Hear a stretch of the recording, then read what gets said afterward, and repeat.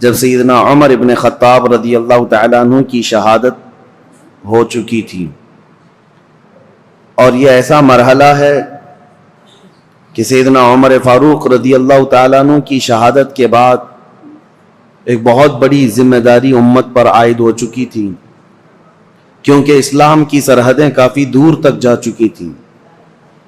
جیسے کہ فتوحات اسلامیہ میں نے عرض کیا ہے، ملک شام، ایران، یمن، مصر، فلسطین، یہ سارے علاقے دائرہ اسلام میں آ چکے تھے، حتیٰ کہ آذربائیجان تک کا علاقہ دور فاروقی میں اسلام کا تھا، اور صحابہ اکرام رضوان اللہ تعالی علیہم اجمعین نے وہاں تبلیغ اسلام شروع فرمائی اور پرچم اسلام لہرایا۔ اب 10 سال خلافت کے امور پر فائز رہنے کے بعد جب سیدنا عمر فاروق رضی اللہ تعالیٰ عنہ شہید ہوئے تو اب خلافت کا مسئلہ آتا ہے، کیونکہ سب سے اہم مسئلہ خلیفہ کا چننا، اپنے مقرر کرنا، اور سارے لوگ اس سے راضی رہیں، یہ بہت اہم مسئلہ ہوتا ہے۔ تو سیدنا عمر فاروق رضی اللہ تعالیٰ عنہ کو جو مسجد میں مارا تھا ظالم ابو لولو فیروز مجوسی، وہ تو خودکشی کر کے ختم ہو گیا، لیکن 3 دن تک سیدنا عمر فاروق رضی اللہ تعالیٰ عنہ باحیات تھے۔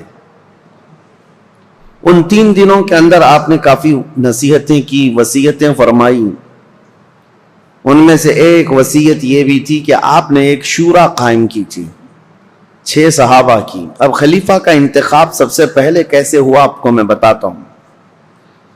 اس سے قبل 2 خلیفہ عام مسلمانوں کی رائے سے متفق سب تھے، اس بات پر خلیفہ کا انتخاب ہوا، جیسے حضرت ابو بکر صدیق رضی اللہ تعالیٰ عنہ کا ہوا، اور حضرت عمر فاروق رضی اللہ تعالیٰ عنہ کا بھی۔ تمام صحابہ اس وقت جتنے موجود تھے، مہاجرین انصار، سب کا اتفاق تھا۔ یہ اور بات ہے کہ حضرت عمر فاروق کے متعلق حضرت ابو بکر صدیق رضی اللہ تعالیٰ عنہ نے پہلے سے اعلان کر دیا تھا۔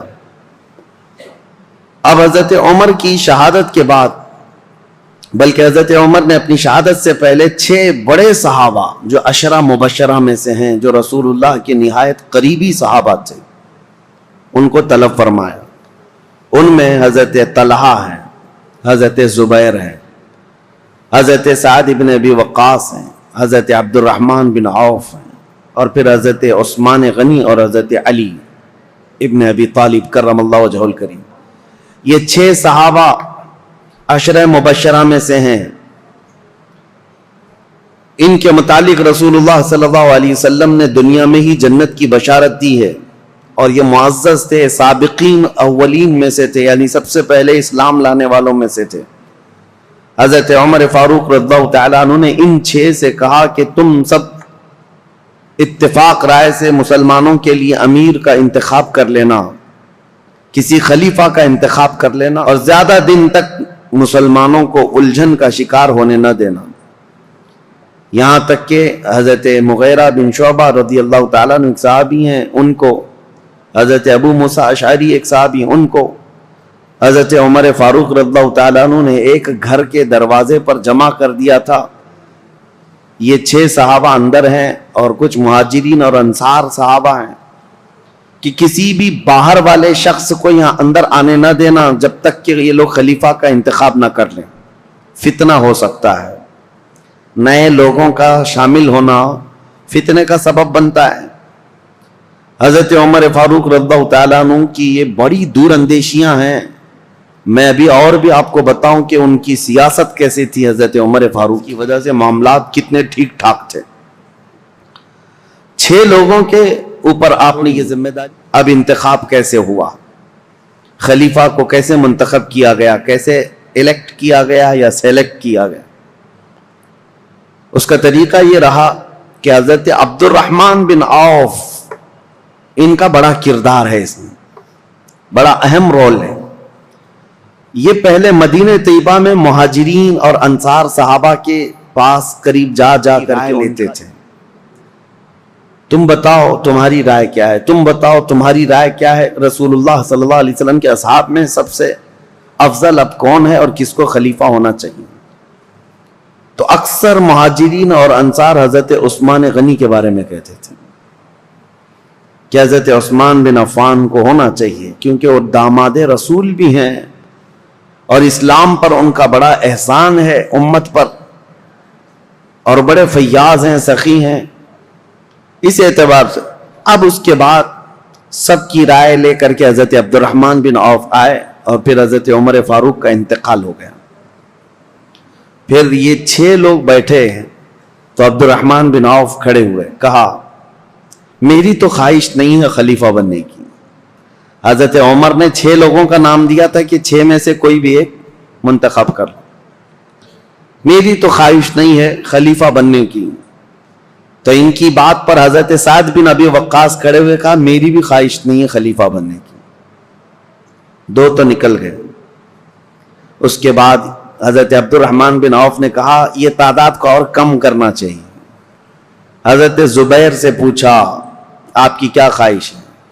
کہا کہ میں اپنے لیے نہیں، حضرت علی کے لیے میں اپنے آپ کو ترجیح دیتا ہوں۔ سجیسٹ کیا کہ میری طرف سے حضرت علی کرم اللہ وجہہ الکریم۔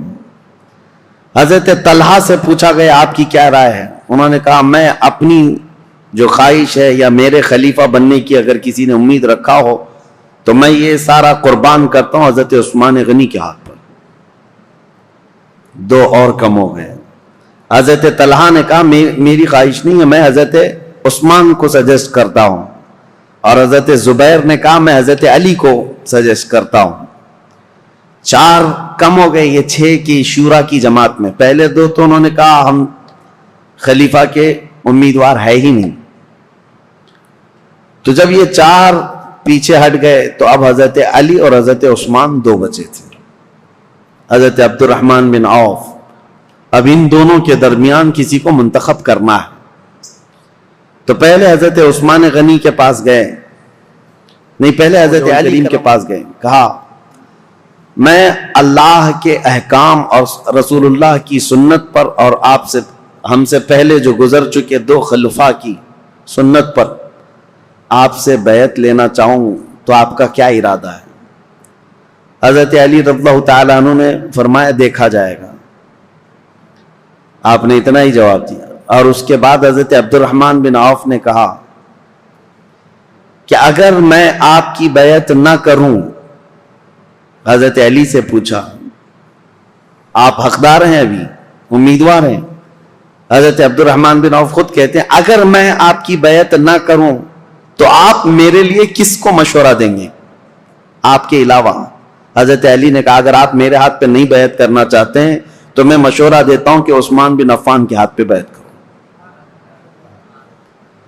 حضرت عبد الرحمن بن عوف پھر حضرت عثمان کے پاس آئے، کہا میں اللہ کے احکام اور رسول اللہ کی سنتوں پر اور 2 پیشتر خلفاء کی سنتوں پر آپ سے بیعت لینا چاہوں۔ تو حضرت عثمان غنی نے کہا ٹھیک ہے، انہوں نے منظوری دی۔ پھر حضرت عثمان غنی سے حضرت عبد الرحمن بن عوف نے یہ پوچھا کہ اگر میں آپ سے بیعت نہ کروں، آپ حقدار ہیں، آپ خلافت کے مستحق ہیں، اس کے باوجود اگر میں آپ کے ہاتھ میں بیعت نہ کروں تو میرے لیے کسی دوسرے آدمی کے متعلق آپ مشورہ دے سکتے ہیں، میں کس کے ہاتھ میں بیعت دوں؟ حضرت عثمان غنی نے کہا اگر آپ میرے ہاتھ پہ بیعت نہیں ہونا چاہتے تو میں مشورہ دیتا ہوں علی بن ابی طالب کے ہاتھ پہ ہو جائے۔ یہ الگ الگ لے جا کر کے حضرت عبد الرحمن بن عوف نے پوچھا تھا، ان کو الگ لے جا کر ان کو الگ لے جا کر، اور اس کے بعد پھر یہ بھی پوچھا تھا دونوں سے کہ اگر آپ کے ہاتھ پر بیعت نہ کی جائے تو کیا آپ کو اس کا خلق ہوگا؟ کہا قطعاً نہیں ہوگا، اس بات کا نہ غم ہوگا نہ قلق ہوگا۔ اس کے بعد حضرت عبد الرحمن بن عوف، مہاجرین اور انصار جماعت موجود تھی، اس جماعت کے درمیان آئے اور یہ 6 صحابہ عشرہ مبشرہ یہ بھی آئے۔ تو حضرت عبد الرحمن بن عوف نے اپنا سارا ماجرا بتایا کہ لوگوں سے میں نے معلوم کیا، اور اس کے بعد حضرت علی سے بھی میں نے پوچھا، حضرت عثمان سے بھی پوچھا، لوگوں نے پوچھا کہ کیا معلوم کیا، کیا پوچھا آپ نے لوگوں سے اور کیا آپ کو نتیجہ ملا؟ تو حضرت عبد الرحمن بن عوف نے کہا جو مجھے نتیجہ ملا وہ یہ ہے کہ حضرت عثمان کا ہاتھ پکڑتے ہیں اور کہتے ہیں میں اللہ اس کے رسول کے احکام پر ان کے ہاتھ پر بیعت کرتا ہوں۔ عبد الرحمن بن عوف رضی اللہ تعالیٰ عنہ کی بڑی عزت تھی. آپ نے جیسے ہی بیعت کیا سیکنڈ نمبر پر سب سے پہلے حضرت علی کرم اللہ وجہہ الکریم نے بیعت کیا. کہا کہ ہم حضرت عثمان ابن عفان کو خلیفہ برحق تسلیم کرتے ہیں. اور اس کے بعد جوق در جوق مہاجرین اور انصار صحابہ کے جتنے بھی جماعتیں تھی طبقے تھے سبوں نے حضرت عثمان غنی کے ہاتھ پر بیعت کر لیا.